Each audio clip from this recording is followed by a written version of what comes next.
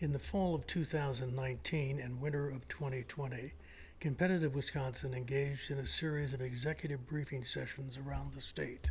Those sessions focused on research conducted by CWI and Deloitte on workforce shortages, competition for workers, and possible revenue streams. They also focused on the conclusions and recommendations that came out of collaborative discussions and meetings held around the state on these issues in 2018 and 19. When it comes to recruiting and retaining workers, the most important research-based finding is not surprising. Wisconsin is not alone when it comes to shortages, and the market is highly competitive. If you've watched the video on the structural issues driving Wisconsin's workforce shortages, you may remember this chart showing the three main age-related challenges between 2005 and 2017, including the blue line indicating that our workforce feeder population has been flat for years, the gold line showing the aging of our workforce, and the green line indicating an actual loss of experienced workers. It is worth noting that in mid-2019, this demographic distribution helped generate more than 100,000 job openings being posted in the state.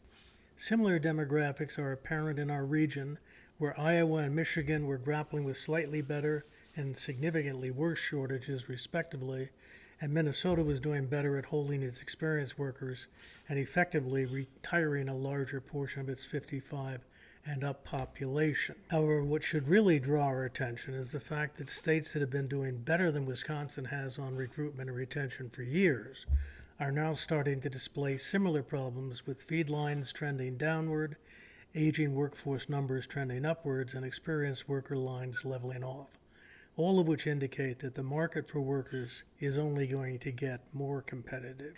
With all of that in mind, it must be noted that the competition has already begun and that it is a national competition based on financial incentives.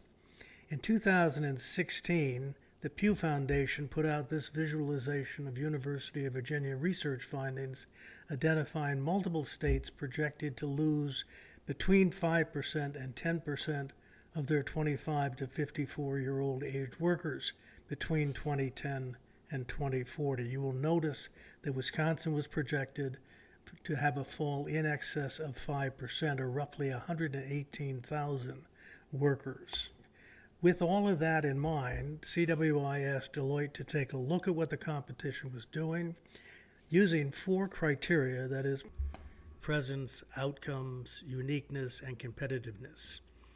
Deloitte reviewed 26 types of recruitment retention programs to identify 5 types of initiatives they believe offer the highest degree of innovation and potential for differentiating Wisconsin's efforts, including education grants and subsidies, relocation subsidies, student loan support, family financial, which is child support, and home buying building assistance.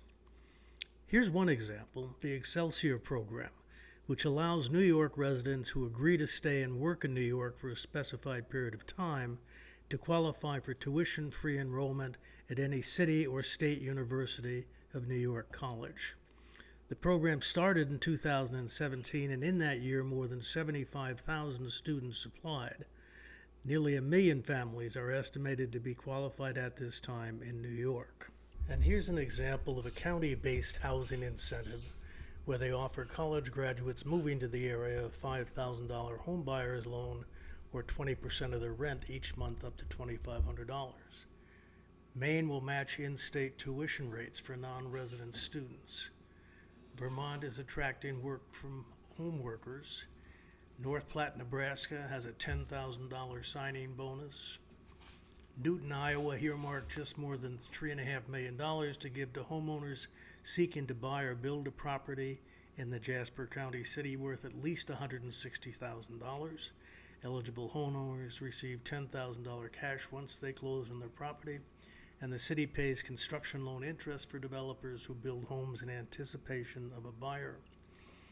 Perhaps the most aggressive bid to attract workers is from New Haven, Connecticut. That city is offering prospective residents $10,000 in down payment assistance to buy a house, $30,000 for homeowners to make their residence more energy efficient, and free tuition to graduates to the New Haven public school system who go on to a public community college or four-year school in Connecticut. Just a final word on the Excelsior program. You'll notice it's focused on New York residents.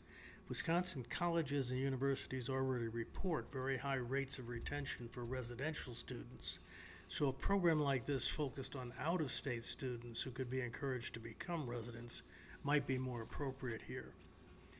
The bottom line for Wisconsin is that we have to improve our competitive capabilities without engaging in non-sustainable bidding wars.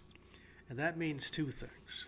First, we, like others, need to focus our incentives on debt management, affordable housing, child care development, and quality of life.